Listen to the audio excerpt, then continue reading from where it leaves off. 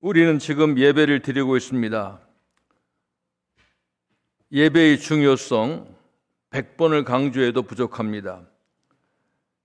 이 예배의 중요성을 인식하는 것만큼 우리의 삶이 하나님 앞에 굉장히 중요한 것입니다.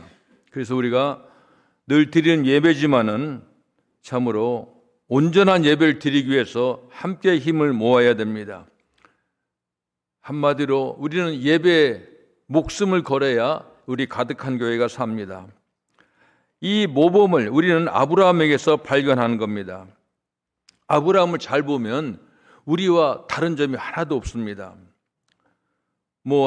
아브라함을 사람들은 복의 근원이요, 하나님의 친구요, 이스라엘의 아버지라고 말하는 것은 아브라함은 신앙의 믿음의 조상, 믿음의 표본입니다.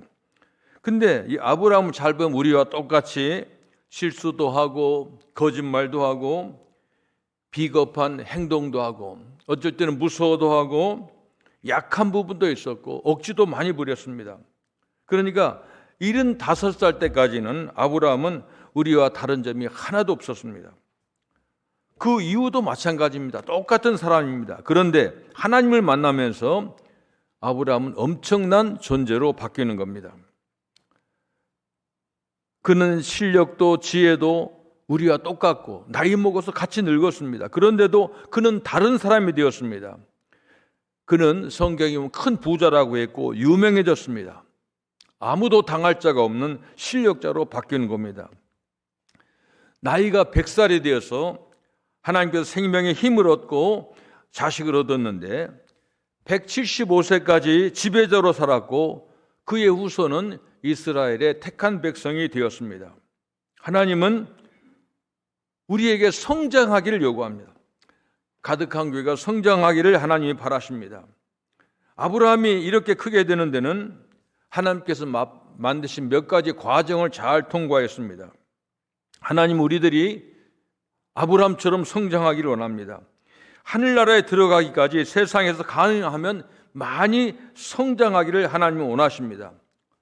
쉽게 말하면 이 세상은 천국에 들어가기 전까지의 어머니 뱃속과 같습니다. 우리가 사람은 어머니 뱃속에서 이제 그 속에서 잘 밖으로 나와서 이 세상에서 한 100년을 삽니다. 그런데 10달이 100년을 주는 것처럼 우리의 삶 100년이 영원을 주는 겁니다.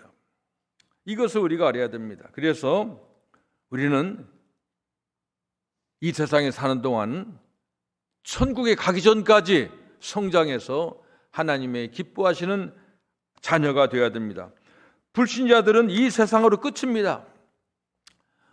물론 불신자들도 다음 세상이 있습니다만 그것은 말하지 않는 게 서로 편합니다. 왜냐하면 그 세상은 너무도 고통스럽기 때문에 그렇습니다. 사람들이 이 세상이 힘들다 괴롭다고 말합니다만은 다음 세상은 여기에 비하면 그림자에도 미치지 못하는 겁니다. 세상은 아직도 우리에게 친절한 편입니다. 그리고 우리가 이 세상에 있을 때 기회가 있습니다. 이 기회 있는 동안에 영생을 얻지 못하면 기회가 없습니다. 그래서 우리가 전도하는 이유가 바로 거기에 있습니다. 신자들은 생명과 영생을 얻은 사람들입니다. 그런데 이대로 멈춰서는 안 됩니다. 커야 됩니다. 지금 상태로는 안 됩니다. 대부분의 신자들은 세상 사람들과 모든 면에서 크게 다르지 않습니다. 이게 문제입니다. 사실 예수 믿는 사람들은 구별된 사람들입니다. 그런데 똑같아요. 남들 보기도 그렇지만 우리가 우리 자신을 생각해도 세상 사람과 다른 게 별로 없습니다. 스스로 판단하게 보시기 바랍니다. 우리가 정말 예수 믿기 전과 후가 달라졌는가?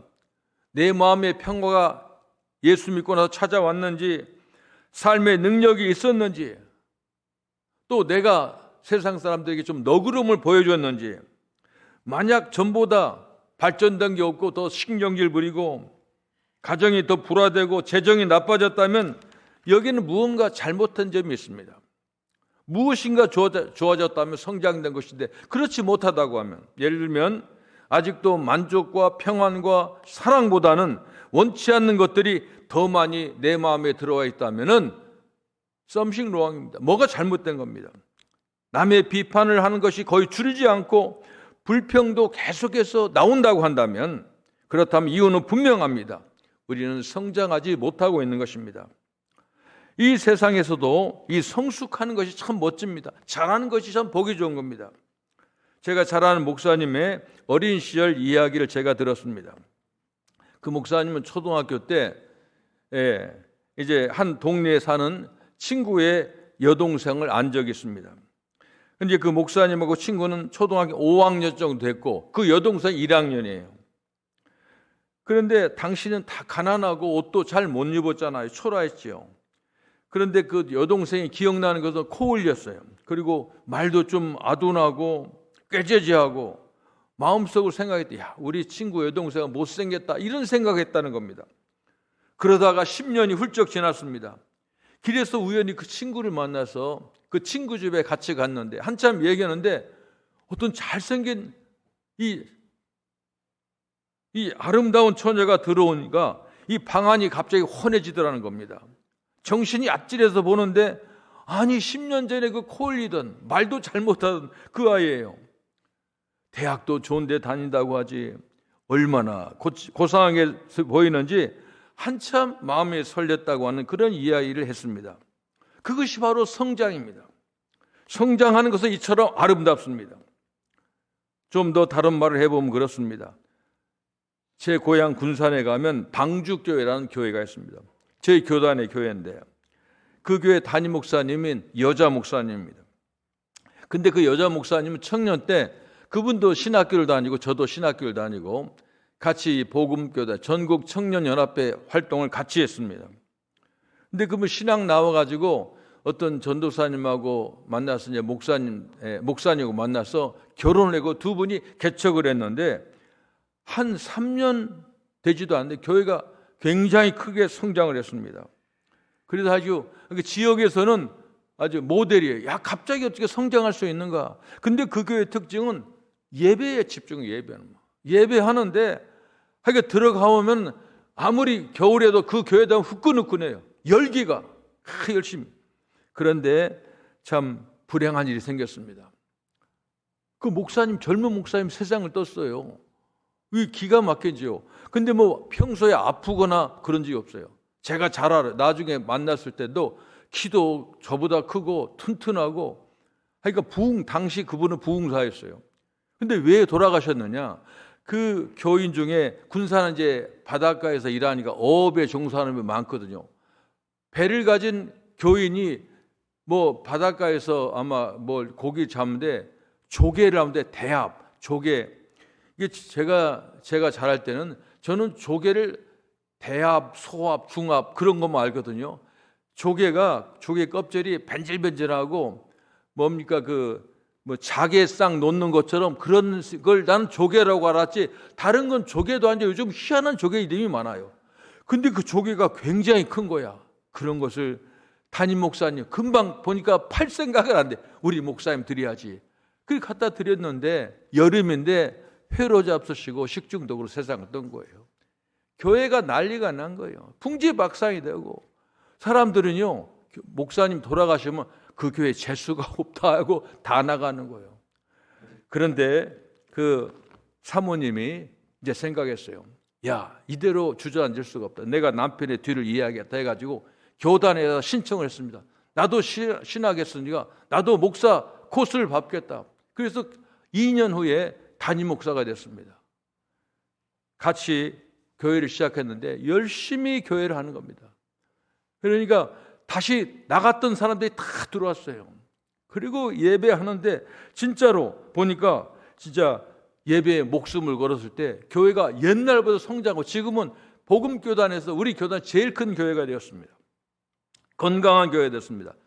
내가 이번에 한국 가서 교단 사무실에 관리에 가봤어요. 우리 이 교회에 온다고 교단에서 목사 이적서 띠로 가봤더니 총회장 사진이 쫙 붙어있는 제일 끝에 그 여자 목사님 사진이 있어요. 총회장으로 지금 일하고 있습니다. 성장하는 과정에는 반드시 시련이 있습니다. 그런데 그걸 극복하면 사람도 커지고 교회도 커지는 겁니다. 그런데 교회가 시련이 없고 문제가 있을 때 그 시련에 짓눌려 가지고 중단되면 그 교회는 끝나는 겁니다. 그 고난을 뚫고 일어나는, 그럴 때 성장이 있다고 하는 겁니다. 그런데 그럼 그 목사님이 그 다음부터 목회를 잘했느냐? 그 목사님이 하는 얘기 들어보면 지금도 시련이 있대요. 교회는 바람 잘 날이 없는 거예요. 교회는 사람들이 모이니까 사람들 다 스타일이 다르잖아요. 지문 다른 것처럼 얼굴 다르고 성격 달라요. 목회해보면요, 이 목사를 제가 좀 하다 보니까 관상쟁이가 됐어요. 다 달라요. 그냥 웃고 얘기해 좀 다 다릅니다. 그런데 풍파가 없을 수가 있어요. 그럼에도 그들은 그런 걸 다 극복하는 방법은 예배밖에 없다는 겁니다. 힘들면 교회에 나와서 예배하고 모이고, 그럴 때 교회는 성장하는 겁니다. 그래서 우리는 성장의 힘을 주시는 하나님을 예배할 때 교회가 새로워지는 겁니다. 하나님은 아브라함을 불러내셨습니다. 그때 아브라함이 살던 곳이 갈대아 우르입니다. 이 갈대아 우르는 지도를 보면은 세계 문명 발상지 있잖아요. 뭡니까? 애굽의 나일강, 유프라테스강, 티그리스강. 이 갈대아 우르가 티그리스강 그 줄기에 있습니다. 그러니까 그때 당시에 문명이 발달한 겁니다. 그런데 참 희한하게 문명이 발달하면은 하나님하고는 이상하게 멀어지는 거예요.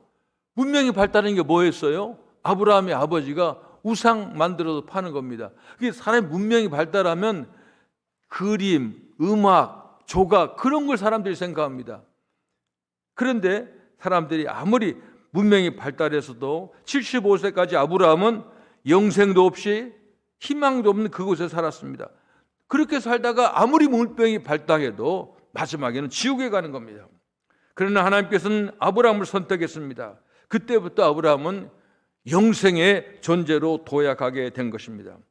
사실 우리들은 아브라함보다도 더 좋은 조건에 있는 겁니다. 우리 아버지가 우상 숭배하고 우상 만들고 그러지 않았잖아요. 하나님은 아브라함을 먼저 말씀으로 약속하셨습니다. 첫째, 너의 본토 진짜 고향집을 떠나라는 겁니다. 그건 다른 거 아닙니다. 네 생활을 바꾸는 겁니다. 여기서 현재 의지하고 있던 거 다 버리고 하나님을 따르라고 하는 겁니다. 그런데 그 표현이 참 중요합니다. 내가 지시할 땅으로 가라. 여기서 오늘 본문의 말씀에서 지시하는 장소를 주목해야 됩니다. 막연히 가라는 게 아니에요. 하나님이 지시하는 땅이 있다는, 지시하는 그런 곳이 있다고 하는 겁니다. 그렇게 되면 너는 큰 문족을 이루고 복을 받고 내 이름을 창대케 하고 복의 근원이 되고 너를 축복하는 자에게 내가 축복해 주고 너를 저주하는 자에게는 내가 저주를 내리겠다. 모든 족속이 너를 통해서 복을 얻을 것이다. 이런 말씀은 지금 우리에게도 똑같이 우리에도 그렇게 말씀하십니다. 이 하나님 주시는 복을, 아브라함의 복을 여러분들이 자꾸 반복해야 돼요. 은밀히 해봐야 됩니다. 그래서 아브라함은 고향을 떠났습니다. 전혀 미지의 땅으로 나갔습니다. 그런데 하나님께서 가라고 해서 갔으면 일이 잘 돼야 되는데 잘 된 게 없어. 가다 보면은 자기 사라를 너무 사라가 예뻐가지고 사라 책임도 좀 있어요. 2번 뺏기면 2번 뺏겼어요. 왕들한테 뺏겼습니다.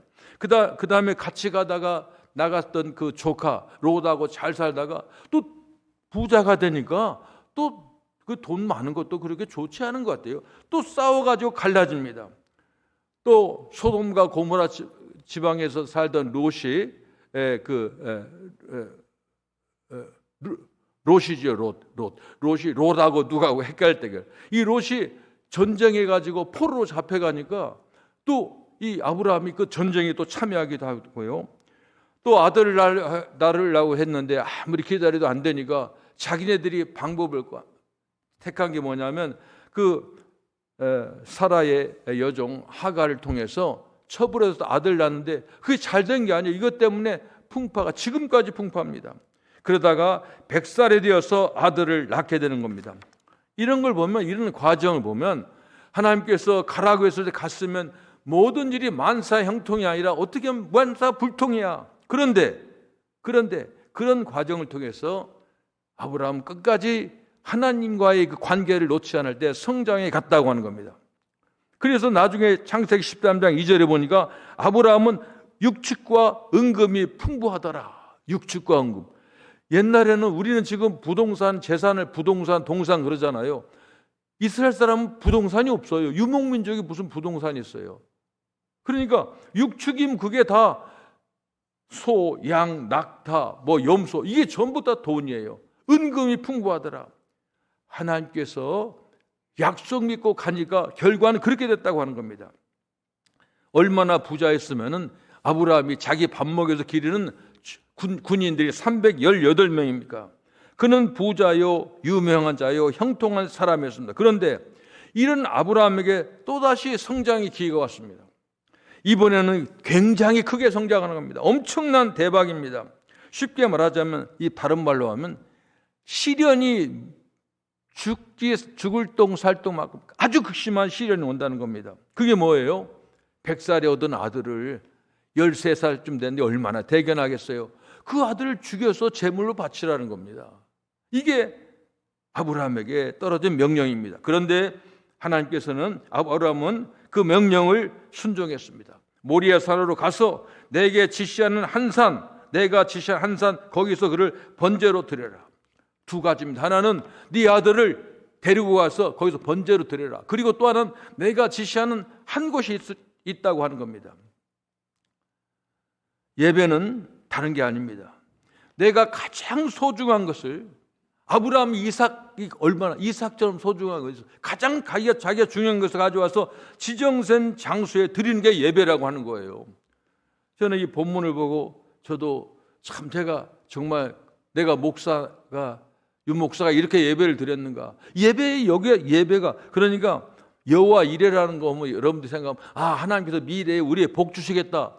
여호와 이레를 잘 들어야 돼요. 여호와 이레가 그냥 생긴 게 아니에요. 그냥 적당히 그냥 한 20년 30년 예수 믿으면 묵으면 여호와 이레 되는 게 아니에요. 자기가 가장 귀중한 것을 가지고 지시하는 그 산에서 예배를 드리는 겁니다. 이러한 결정을 내리고 순종할 때 아브라함이 놀라운 성장하게 되는 겁니다. 옛날과 비교할 수 없는 놀라운 성장을 하게 된 겁니다. 능력도 받았습니다. 그는 이 세상에 살지만은 이 세상을 초월한 존재가 되었습니다. 하나님은 자신을 가르쳐 맹세하고 말씀하셨습니다. 네가 이같이 가장 소중한 것을 드렸구나. 그렇게 하는 겁니다. 요한복음 4장에 보면 예수님께서 참된 예배에 대한 말씀이 있습니다. 한마디로 요약하면 신령과 진정으로 예배드리라. 오늘 또 하나님께서 여러분들을 축복의 사람으로 세우시길 원하고 계셔서 예배에 초청했습니다. 신앙의 비밀은 이런 겁니다. 하나님이 우리와 함께 하신다는 보이지 않는 진실을 믿는 데서부터 이제 신앙이 시작되는 겁니다. 그 보이지 않으신 하나님을 가까이서 만나고 느끼도록 하는 것이, 보이지 않는 하나님을 느끼는 것이 바로 예배입니다.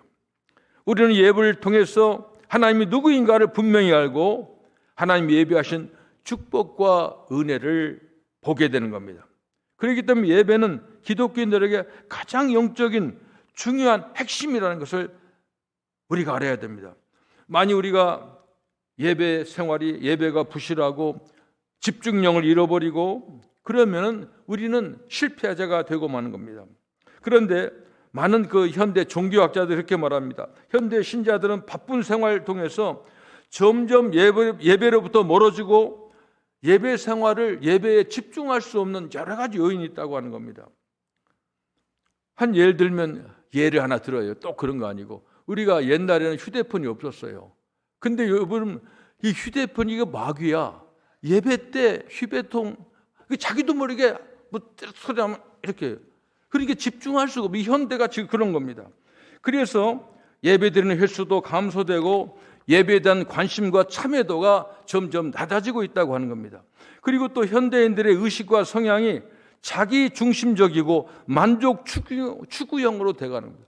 예배가 하나님 중심이어야 되는 자기 중심이고 예배가 자기 마음의 만족 이걸 원하는 겁니다.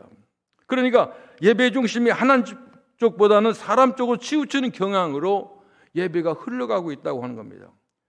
언제부터인가 예배의 중심이 하나님이 되기보다는 인간의 만족을 위한 어떤 감정과 분위기가 중심이 되어버렸다고 하는 겁니다. 그래서 우리가 진정한 예배를 회복하기 위해서는 이거 고쳐야 됩니다. 이게 습관이 되면 안 됩니다. 이제 우리는 영적인 공급과 풍성한 삶의 힘을 얻게 만드는 예배에 최선을 다해야 되는 겁니다. 그리고 이 세상의 양식을 보면은 지치고 피곤한 영혼에 살아있는 양식을 제공받는 예배가 중요하기 때문에 우리는 모두 예배의 성공자가 되어야 되는 겁니다. 아까도 얘기했죠. 예배 요소의 하나가 뭡니까? 내 가장 소중한 것을 한 장소에 드리는 겁니다. 한 장소는 지금 가득한 게 예배 시간입니다. 이 장소가 예배입니다. 근데 중요한 게 뭐예요? 가장 소중한 거. 아브라함이 100세 얻은 아들, 그런 걸 말합니다. 사람들이 그걸 보고, 내가 옛날이겠죠. 우리 학교에 다니는 어떤 교수 한 분은 나 예수 안 믿는다고. 왜 그러게? 하나님이 무슨 잔인하게 100세 얻은 아들을 그 바치라고 하느냐. 근데 여러분, 결과 내가 그 사람 설명하도 모르더라고요. 그래, 하나님 그래서 정말 바쳐서 제물로 이삭이 죽었습니까? 하나님 다른 거 아니에요. 마음을 보는 거예요. 우리가 지난번에 설교 때 그랬더니 무를 거꾸로 심으라고 하는, 진짜 그렇게 다른 거 보는 게 아니야. 순종을 보는 겁니다.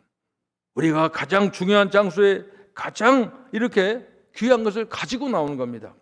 다시 말하면 습관적으로 예배 드려서는 안 됩니다. 소중한 것을 가지고 나와야 된다고 하는 겁니다. 이 믿음으로 예배하는 사람들에게 복을 받는 것입니다. 여기서 한번 생각해 보시죠. 우리가 가장 소중한 것이 무엇인가? 재물입니까? 자식입니까? 가족입니까? 이것을 바쳐야 된다고 하는 겁니다. 하나님 없어서 부족해가지고 좀 궁핍해서 바치라는 게 아니에요. 하나님이 받아서 새롭게 해주려고 더 좋은 걸 주시려고 바치라고 하는 겁니다. 그거 가지고 나와야 됩니다. 우리가 정말 예배 시간에 그렇게 했는지를 한번 생각해 봐야 됩니다. 외아들처럼 데리고 함께 나와 보라고 하는 겁니다. 하나님은 우리의 그 마음을 보신다고 하는 겁니다. 하나님은 아브라함을 죽게 하지 않았습니다. 보니까 어떤 수양이 숯불에 걸려 있어요. 그래서 대신 그 양을 잡아 제물로 바치는 겁니다. 아마 그 양이 죽으면서 이렇게 말했을 거예요. 내가 대신 죽을 테니까 남은 여생을 거룩하고 멋지게 살아주세요. 그 양이 그랬을 겁니다. 하나님의 제단에서 살아 내려온 존재는 이 세상에 이삭 한 사람밖에 없습니다. 이삭은 하나님의 거룩한 살아있는 제물로 여생을 살았습니다. 이삭은 신난다, 이제 내 마음대로 살아야 돼, 그렇게 안 살았어요. 자기는 이미 죽은 거예요. 근데 대신 어떤 수양 때문에 살아났어요. 얼마나 멋지게 살았을까요? 그 수양이 성경에서 예수님이라는 겁니다. 그 예수님이 그 수양에 죽은 것처럼 예수님이 지금 이 고난주간에 이 사순절에 십자가에 죽으셨다는 겁니다. 그래서 예수님이 수양에 피 흘린 것처럼 피를 흘리고 살을 찢었다는 겁니다. 예수님께서 지금 말씀하십니다. 자, 내가 대신 죽을 테니 너희들은 살아라. 거룩하고 멋진 하나님의 자녀로 살아라. 네가 가지고 온 가장 소중한 것에는 이제 하나님의 생명이 들어간다. 내가 너를 돕겠다. 그러니 믿음으로 예배하고 믿음으로 나아가라. 예수님 지금도 말씀하고 계십니다. 만일 아브라함이 이삭을 데리고 나가지 않았다면 결과가 어땠을까요? 갔더라도 아들 없이 혼자 갔다면 결과가 어떻겠습니까? 아무런 효과가 없을 겁니다. 오늘날 우리가 주일마다 하나님 앞에 나옵니다. 그때마다 아브라함의 경험을 한다고 하면 우리는 얼마나 성장하겠습니까? 요셉 케이보라고 하는 사람은 이 체코가 공산주의 통치하에 있을 때 아주 유명했던 인물입니다. 이 아버지는 학교 선생인데 공산주의를 가르치는 교사입니다.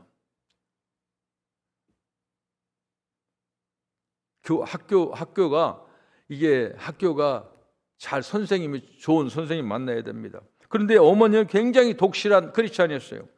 근데 어릴 때 요셉 케이보는 교회 갈 때 프라하가 서울이죠. 제 시골에 살았기 때문에 프라하에 교회 가는데 기차로만 3시간 갔대요. 3시간 가가지고 예배를 2시간 반. 그리고 공원에서 도시락 먹고 가서 또 2시간 반 오후 예배 드리고 그리고 3시간 있다고 집에 왔대요. 가만히 내가 계산해 보니까 교통시간만 예배 시간 11시간. 반나절 하루를 다 보내는 겁니다. 이렇게 참으로 예배를 철저히 그가 체코를 위해서 큰 활약을 했다고 하는 겁니다. 시편 기자는 말합니다. 사람이 내게 말하기를 여호와의 집에 올라가자 할 때 내가 기뻐하였도다. 이게 무슨 말이에요? 예배를 너무너무 좋아하는 겁니다.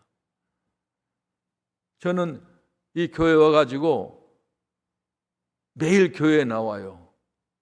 월화수목금토일 교회 오는 게 너무 재밌어요. 이게 교회 오는 게 재밌어요. 모르겠어요. 왜 그렇게 하는지 모르겠어요. 예루살렘에 올라가기를 즐겨해야 됩니다. 예배하기를 기뻐해야 됩니다. 예배하러 가는 그 자체가 그 가치예요. 가치. 그 예배가 무슨 가치가 있나? 시간당 아닙니다. 우리 영적 성장의 예배보다 더 강하고 더 좋은 것이 어디 있겠습니까? 사람들은 그렇게 생각하지 않습니다. 하나님을 만난다는 생각하지 않고 나오는 사람이 있습니다. 오더라도 믿음 없이 나옵니다. 자기의 소중한 것을 가지고 와서 하나님께 드리지 않습니다. 여러분, 왜 내 손을 가지고 오지 않습니까? 왜 나 사업의 형통과 내 사랑한 사람의 번영을 가지고 않습니까? 참 귀한 가족 중에 한 사람이 있다면 왜 그를 마음으로 데리고 오든지 마음으로 데리고 오지 않습니까? 이 예배 시간에 그게 바로 낭비입니다. 자, 일단 우리 사람들 함께 들어보시기 바랍니다. 우리는 성장해야 됩니다. 가득한 교회는 여기서 멈춰서는 안 됩니다. 우리를 자라게 하는 데는 예배보다 없습니다. 이렇게 아름다운 교회, 이런 조건이 어디 있습니까? 그러나 믿음 없이 습관적으로 하지 마시기 바랍니다. 소중한 것을 손에 들고 온다고 생각하시고 여기서 하나님께 내 귀한 것, 옥합을 깨트린 심정으로 나오셔야 됩니다. 예수님의 피로 그것이 거룩해졌고 이제 하나님의 생명을 입어서 여러분들이 가지고 나오면 그 하나님 쓰시는 거 아니에요. 여러분을 돌려주는데 거기에 하나님의 능력을 넣어서 돌려주는 겁니다. 새롭게 일어난다고 믿어야 됩니다. 그래서 힘을 얻고 일어나야 되는 겁니다. 오늘 또 하나님은 말씀하십니다. 네가 사랑하는 것을 데리고 내가 내게 지시하는 장소에 가서 그것을 내게 번제로 드리라 하는 겁니다. 그 결과로 아브라함은 믿음의 조상이 되었습니다. 내가 이같이 하였은즉 내가 내게 큰 복을 주고 내게 크게 성장해서 너의 일이 하늘의 별처럼 바닷가의 모래처럼 크게 될 것이라. 오늘 본문의 마지막은 그렇습니다. 아브라함은 그곳에 있음을 여호와 이레, 다른 말로 하면 여호와의 신에서 준비되리라. 여호와 이레는 앞으로 그냥 교회 설렁설렁 다녀도 좋은 게 준비된다는 게 아니에요. 엄청난 사건 뒤에 결론이 그래요. 여호와 이레, 하나님이 준비하신다. 예수님, 여러분들이 복을 주시기 위해서 준비하고 계십니다. 기도하겠습니다. 하나님 감사합니다. 저희들을 하나님의 자녀로 삼아주시고 우리가 성장하고 천국의 귀한 일꾼으로 사용하기 위해서 우리에게 복 주시기 위해서 오늘 저희들 교회로 불러주셨습니다. 이 가득한 교회를 하나님이 이미 복을 세팅해 놓고 여기에 넘치게 채워줬는데 믿음을 가지고 이 복을 누릴 수 있도록 우리 가득한 교회 성도들 축복해 주시옵소서. 예수님의 이름으로 기도합니다. 아멘.